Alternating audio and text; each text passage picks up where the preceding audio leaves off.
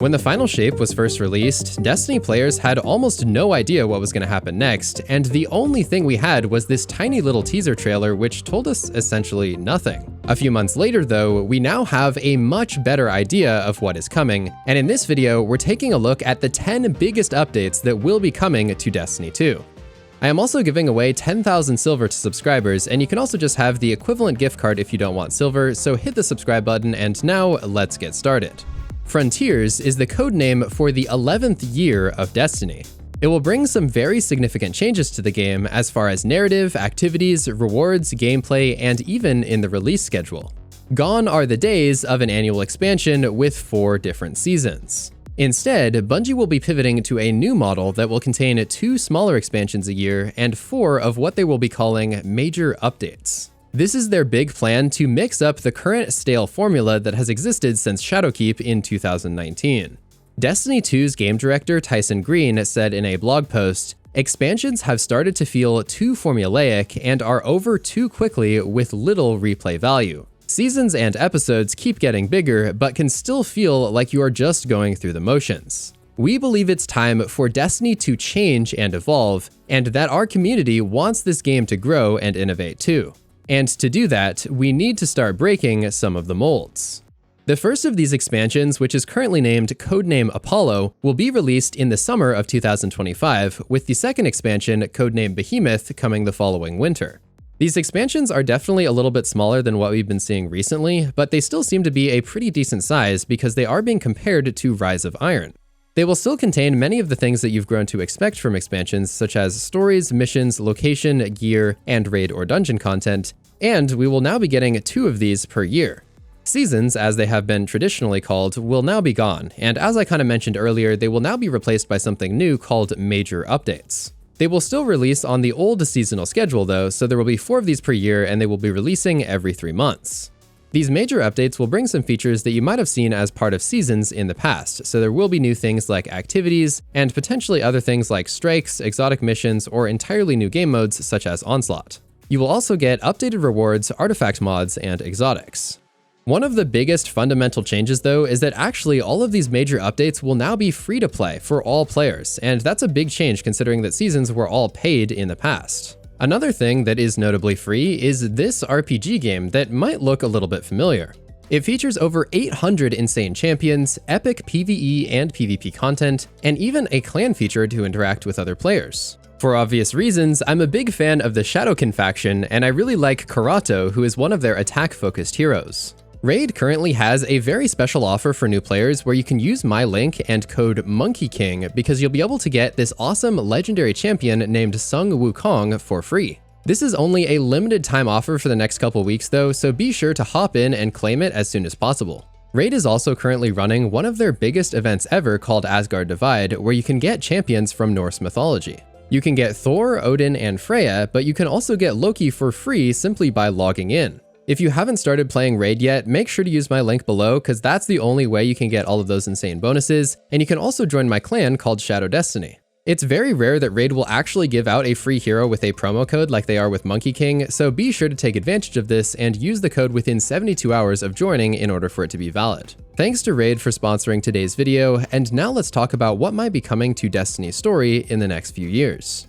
Many Guardians are curious about what the next saga of Destiny 2 will look like. It's hard to say with 100% certainty, but signs point to us leaving the solar system and exploring other worlds out there in the universe. During the Journey Ahead Vidoc, it was announced that during Episode 3, Heresy, we will be returning to Oryx's Dreadnought. Curiously, during that episode, we will receive a Navigator armor set, and Bungie said this.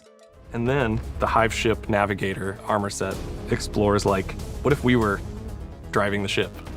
What if we were the navigators? This has led many to believe that we will be leaving the solar system and exploring new frontiers in this next saga. This was further bolstered during a Bungie livestream when the Destiny 2 narrative director Allison Lures explained that we will be going into an all-new destination far away from here.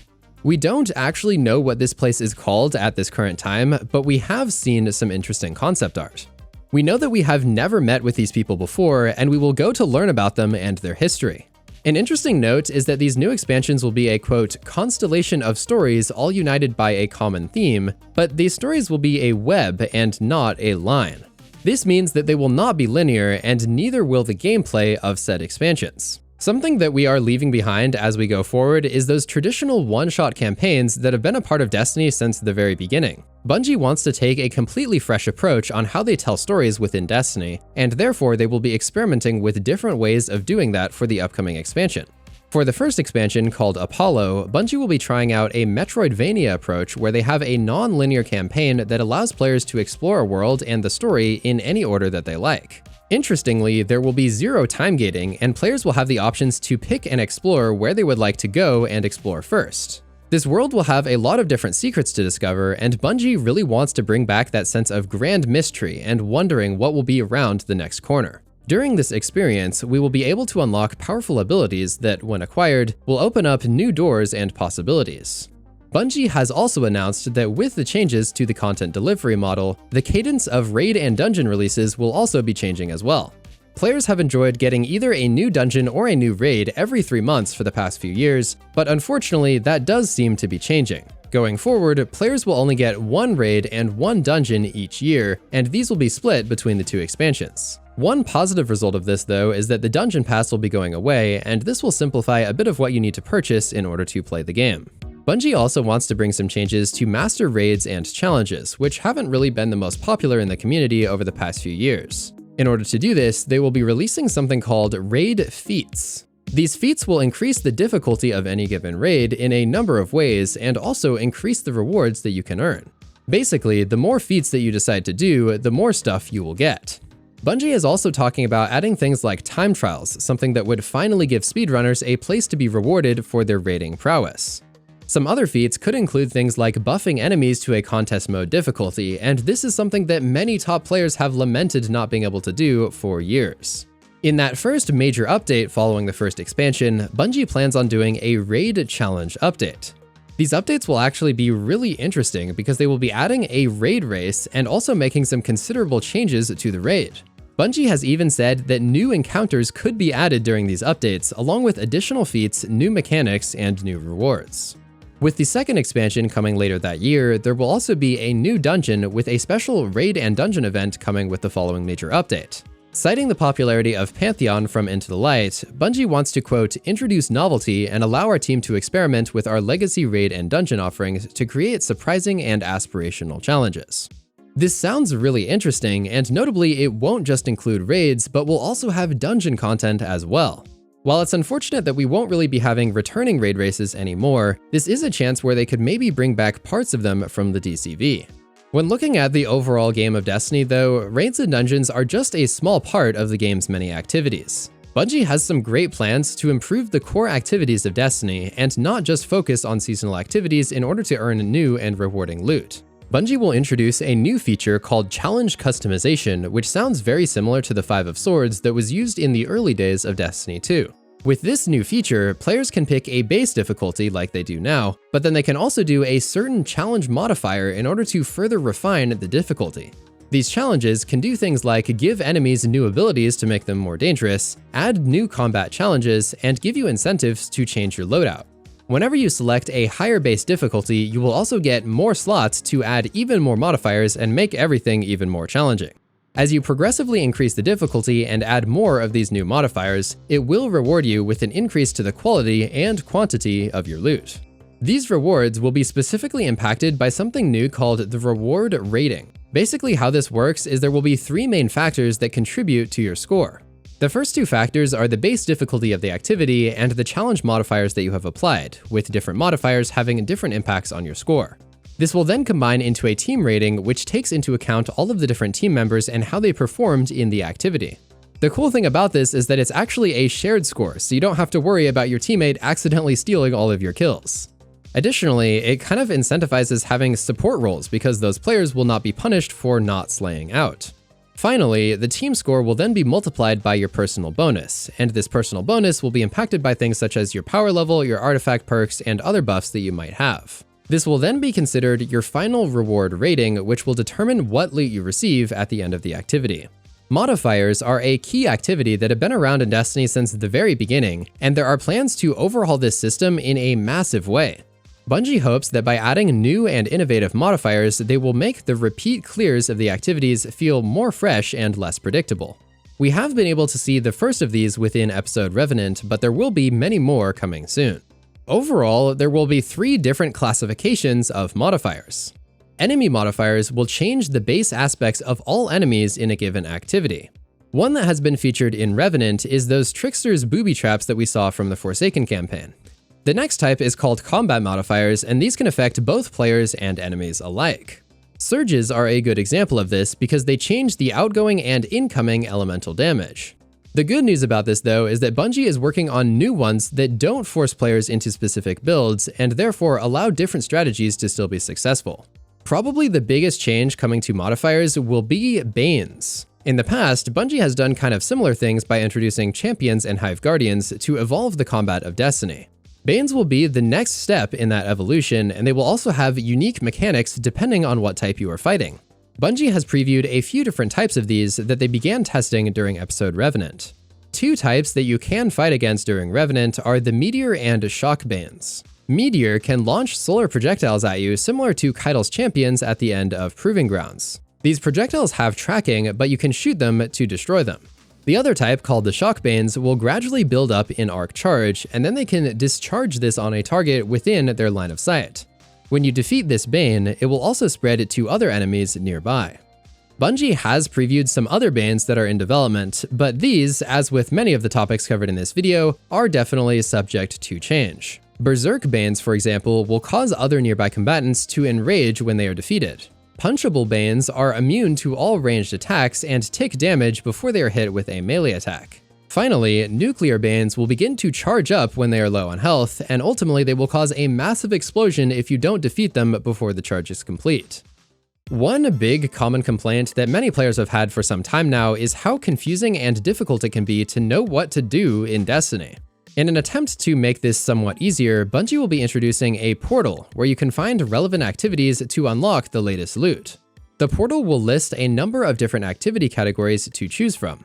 These will be grouped depending on how many players you are playing with, as well as the coordination you want to be required. Solo Ops will be a new form of activities that can be played with between 1 and 3 players, but they are really designed to be focused around solo players. These are short missions that only take about 10 minutes, and they will have a focus on getting a high score. The really interesting thing about these is that Bungie wants to make them highly replayable, and they will actually change between each run.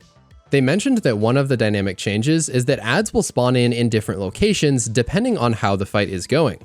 They also want to add some optional objectives such as treasure goblins and secret rooms with treasure chests to seek out and find. Fireteam Ops is the next group of these activities, which generally is 3-player matchmade activities. This will include some relatively simple things like strikes and also the 10-wave version of Onslaught. Interestingly, in their deep dive, Bungie also lists the Coil as a Fireteam Op activity. This means that the Coil might actually be the first returning seasonal activity to come out of the Destiny content vault. And the Coil was actually really popular and innovative at the time, so it would be really cool to see more things like this revived in this category. Flashpoint Ops will be the next thing for non-raid 6-player activities, so you can think things like Wellspring and maybe even the return of the Menagerie someday. Pinnacle Ops are the more challenging 3-player activities, so this is where you will find dungeons, exotic missions, and the full-length version of Onslaught. Crucible will obviously contain the main PvP playlists, but events like Iron Banner will have a separate mode for when those are active. The portal will also have some other features designed to streamline the overall experience. Bungie has said that they want to specifically limit the quote chores that players have to do, so you can expect things like bounties or seasonal challenges to show up here inside the portal. It might also be nice to see other things like the Postmaster or currency exchanges appear as well, because this would definitely limit the number of boring trips taken to the tower. Finally, the portal will also be helpful by directing users into activities that are actually relevant for them in order to earn the new gear. They will even highlight different activities on each day and give you extra rewards for completing them. While we are on that topic of rewards, let's take a look at the updated next generation of loot that Bungie will be bringing to Destiny 2. The challenge of having relevant loot to chase has been a growing concern for Destiny players for quite some time. Veterans already have deep vaults full of amazing weapons and armor, and getting new weapons doesn't really feel that relevant anymore. This has led to player interest and thus player playtime drastically dropping over the years. With the release of Frontiers, Bungie has a number of plans in place to make the loot chase more worthwhile. To start, one common feature that will be coming to both weapons and armor is a new gear category. These items will be highlighted in your inventory in order to allow you to see which items will give you this new gear bonus. These items will often be buffed with certain things like artifact perks. In the past, the new origin traits would often be buffed inside of the artifact, but now these perks will help buff more new gear in general, including armor. Sunsetting is not coming back to Destiny 2, but Bungie does believe that these updates will give you more meaningful reasons to use the newer gear. You can basically kind of think of this as like a really soft version of sunsetting, and it basically incentivizes you to go chase the new stuff, which ultimately I think is very healthy for the game. Bungie is also committing to doing regular updates to the loot pools during each of the major updates. There will be 6 pools of new loot in every expansion, one for the core PvE activities and one for PvP. There will also be 2 additional pools for pinnacle PvE and PvP activities such as dungeons and trials. These will be refreshed with each major update, and we will also get a pool for the expansion story as well as the new raid or dungeon. There is still a lot that we have to learn about the changes to weapons because Bungie is still kind of in the planning stages here, but they have announced that there will be new tiers of legendary gear coming with Frontiers. We sort of had this in the past with adept and normal versions of certain weapons, but now Bungie is expanding this to give you a deeper range of tiers available, with higher tiers of weapons being rewarded when players do more challenging activities. This is something I've wanted them to add for years because in a lot of cases in Destiny, there simply wasn't an adequate reward for doing the higher difficulty of any given activity. My hope is that this will inspire players to challenge themselves and improve and go do those highest difficulties of content that actually give the best things in the game. Another really interesting thing to note here is that Bungie is actually moving away from weapon crafting as a primary pursuit, and instead they kind of want to relegate it to more of a catch-up mechanic that can help fill in roles that you weren't able to get from the random drops. We are already seeing some of these changes in Episode Revenant because for the first time since crafting was introduced, you actually cannot craft any of the seasonal weapons. A different topic that we actually do have a solid amount of information on is the next generation of armor. Armor has been almost exactly the same ever since it was updated back in Shadowkeep, so finally having something new is a major step for this game. Artifice armor was something that was added along the way, but there wasn't really a reason to chase it anymore once you had something with a good set of stats. Many players simply haven't looked for new armor in years, and Bungie is doing something to finally change that. The first major change is that there will be a huge stat rework. Today, most players are heavily focused on maxing out resilience for PvE and then filling in with discipline and recovery. Bungie wants to change things up so that no single stat feels mandatory or wasted, and this is a big change compared to what we're used to. They will be expanding the current stat distribution from 100 all the way up to 200, and they are also removing tiers. This means that moving forward, every additional stat point up to 200 will provide you with some kind of benefit. Additionally, after you cross that original 100 point threshold, you will actually get some bonuses on top of the base effect. These can definitely change based on which stat it is, but one example that Bungie gave was an opportunity to earn an extra melee charge when your cooldown is complete. The odds of winning these extra charges would improve the higher your stat category is. Bungie is also thinking about changing the stat categories themselves and even changing the descriptions such as strength to melee to make it easier to have new players understand what they actually do. One new stat that Bungie has mentioned is a special ammo stat, which sounds extremely interesting. In this category, a stat score of 1 to 100 will give you an increased rate of receiving a special ammo brick when you land a final blow. After that, a score of 101 to 200 will give you an increasing chance of getting a double-sized ammo brick. These things are all still work in progress and subject to change, but it's really cool that Bungie is looking into making some changes to this really old stat system. Another big change is that armor pieces will now only drop with 3 stats, meaning that there will be less dump stats that largely get ignored. Instead, armor sets will have a stat archetype where the primary and secondary stat categories will be predetermined, and then there will be a third random stat as well. Bungie plans to make these stats relatively spiky, which could reduce the number of bad rolls that you have to get and then subsequently dismantle. Bungie does plan to add more stats to class items to make them more relevant in your gear grind, and this is definitely a relevant change considering that class items have been pretty much useless ever since they were introduced. The last major update known for armor is a large expansion of set bonuses. We've seen extremely limited versions of these things in the past, often providing you with bonuses to certain activities, but Bungie is looking into greatly expanding on this with Frontiers. The best way to think about these is basically their origin traits except on your armor, and there will be 2 of them coming on each set. In order to build in some flexibility when using your exotic armor, you will be able to get the first perk when you have 2 pieces from a set, and then you will have a second perk when you equip 4 pieces from the set. This will allow you to potentially mix and match multiple different sets, and you can also still use an exotic at the same time. Bungie gave us a couple of different examples of interesting sets that they are looking at introducing. First is a Tex Mechanica set. Equipping 2 pieces will give you increased movement speed and weapon handling when firing from the hip, and the effect will increase when you land hits. If you equip 4 pieces, however, you will also gain increased range and accuracy when hip firing. Another interesting set is Non-Stop Aggression, and this one mixes both offensive and defensive capabilities. With the first perk, final blows with a freshly reloaded weapon will heal you. The second perk causes enemies to take additional damage from shotguns or fusions for a short time after they have been hit by a shotgun or a fusion. Overall, that is pretty much everything we know for Destiny 2 Frontiers so far. While many players are definitely disappointed that we're not getting a Destiny 3 anytime soon, it is super nice to see Bungie really try to experiment and mix up this game. I really hope you enjoyed this video, and next up, please check out this video where we covered the entire evolution of Destiny from 2007 all the way up to today in 2024. It's my best video I have ever made, so it would really mean a lot if you could give it a watch. And don't forget to download Raid Shadow Legends using my link to get 2 epic champions.